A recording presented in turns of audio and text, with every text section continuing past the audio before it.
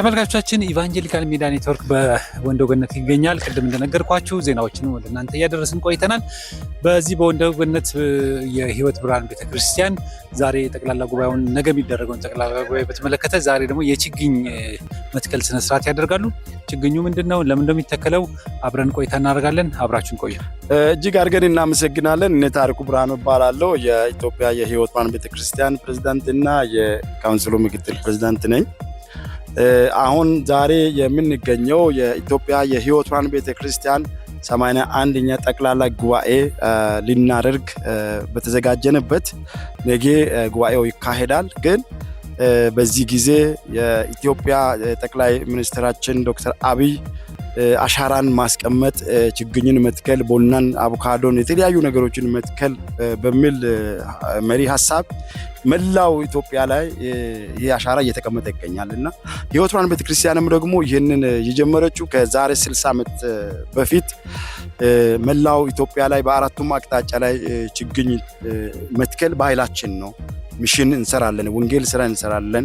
ከወንጌል አገልግሎት ጎን ለጎን ደግሞ እንደዚህ አይነት ዝም ብሎ ዛፍ ብቻ አይደለም፣ ጥላ የሚሆነውን ብቻ ሳይሆን ለምግብ የሚሆነውንም ነው የምናደርገውና አሁን ደግሞ በዚህ ጊዜ ኢትዮጵያና ከኢትዮጵያ ውጭ በጣም አስፈላጊ ከሆኑ ሰብሎች አንዱ ቡና ስለሆነ መጽሐፍ ቅዱስም የሚበላ ነገርን እንድንተክልም ስለሚያዝ እሱን እያደረግን አሁን በወንዶ ገነት አካባቢ ወንዶና አካባቢ ክልል በሚባል የህይወት ብርሃን ቤተክርስቲያን ላይ እዛ ነው የምንገኘው ከመሪዎች ጋር ማለት ነው።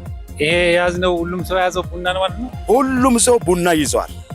ስለዚህ ቡና በጣም አስፈላጊ ስለሆነ ነገ ለትውልድ እንዲሆን ብለን ያዘጋጀነው ቡና ነው። ነገ ደግሞ አቮካዶ እንተክላለን። ፓፓዬ ትላንትና ተክለናል። እንደዚሁም ባህር ዛፍ ትላንትና በታቦር ተራራ ላይ ተክለናል። ህይወት ብርሃን መላው ኢትዮጵያ ላይ ሁሉ ነገር ከኃጢአት በስተቀር ሁሉ ነገር መልካም ተግባራትን ሁሉ ታደርጋለች። ሞዴል መሆን አለብን። እኛ በሁሉ ነገር ምሳሌ መሆን አለብን። መጽሐፍ ቅዱስ ለባለስልጣናት ለበላይ አለቆቻችሁ ታዘዙ ይላል።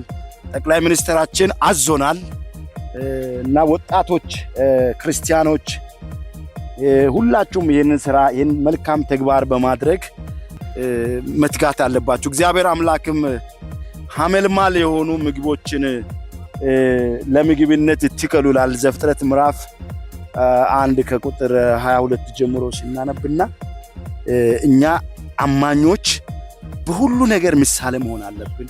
በተለይ መሪዎች ከዚህ በላይ ከዚህም ያለፈ ይሄ ትንሽ ነው፣ ከዚህም በላይ ምሳሌ መሆን አለብን ብዬ አምናለሁ። ይሄ ነገር ዝም ብሎ ጥላ ብቻ አይደለም፣ ነገ ሀብት ነው። ወንጌል ስራ ለመስራት እግር ይሆናል፣ እጅ ይሆናል። ቤተክርስቲያን በድህነት የምትታወቅ አይደለችም።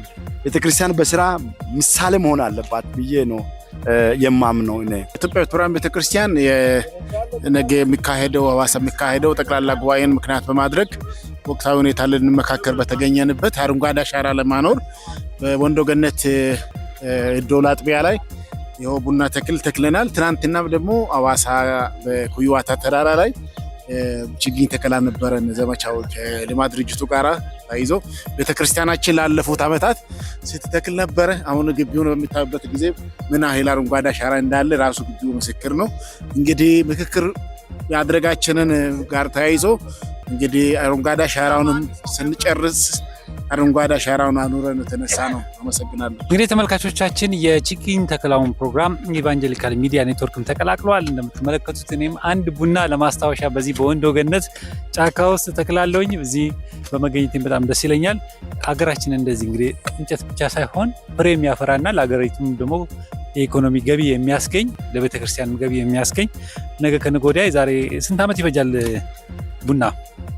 ስንት ዓመት ይፈጃል? አሁን ይሄ በቅሎ 3 ዓመት። በ3 ዓመት ፍሬ ይሰጣል።